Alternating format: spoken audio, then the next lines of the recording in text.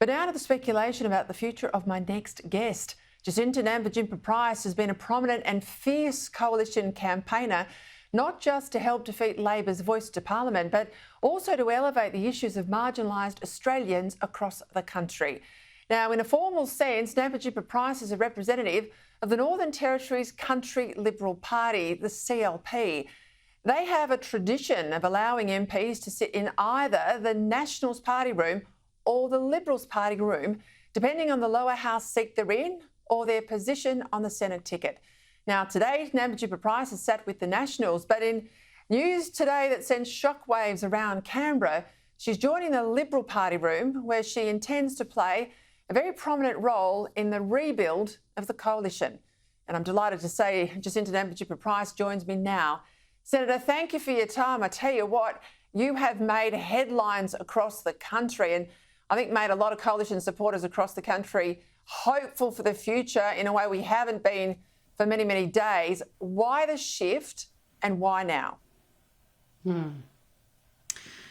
Well, I guess, Peter, this is not a decision that I've come to lightly at all.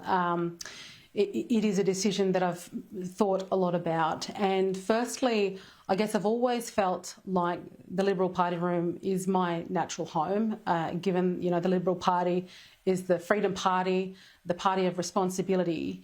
Now, given the current circumstances, I think now more than ever, we need strong people within the Liberal Party. We need to be able to rebuild. We need to ensure that we don't lose support, broad support, as part of a wider coalition. I mean, ultimately, it is about the strength of the coalition going forward. And I feel like I would be best placed as someone who is ultimately a fighter, which is what I've said before, to support the coalition from the Liberal Party room as a position of strength. Your colleague James Patterson's come out pretty quickly this afternoon. He has put up a post. He says, "Welcome home, Jacinta." Now, I know that's going to carry a lot of weight because James Patterson's also a fighter. When you say the Liberal Party's got to rebuild, and I do think it's the Liberal Party, I have to say, more so than the National Party, who has held a lot of its ground, what does that look like? Yeah, I mean, it looks like hopefully a party that can come together in a unified way, respecting that, of course, we are a broad church, that we are going to move forward with common sense and common sense policy and take, be of the centre. That's what I think it looks like going forward. And look, can I just also say, with regard to the National Party, that I'm extremely grateful for the opportunities that the National Party has provided me under the leadership of David Littleproud. I'm extremely grateful, and what I'm doing now is, of course, no reflection on the National Party whatsoever.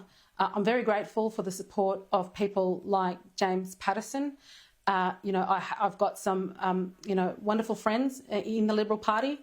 And as I said, I mean, I am a team player. The coalition is a team. I've been, I guess, I've played footy and I see it much like a footy teams. And ultimately, we want to rebuild to be strong for the benefit of the country, ultimately. That is what we need to do. My biggest concern is under Albanese in the next 3 years, the state of the country that many of us are bracing for. So we need to be in a strong position in 3 years' time for a rebuild of the country effectively. You know, you cut through during the Voice campaign in a way that few others did, and I think that's where most Australians looked at you closely and have been saying everywhere I go, and certainly I know you've heard it too, you need to be in a more prominent role inside the coalition. Is part of this move a willingness for you to really step up, get beyond just Aboriginal issues, as important as they are, but really step up to be at the forefront of where the coalition, where the Liberal Party in this case, takes itself and takes its policy over the next 3 years? Oh, look, most definitely. Indigenous issues are huge issues and something that I'm very passionate about. But we need to do a lot more across the board, across all policy areas.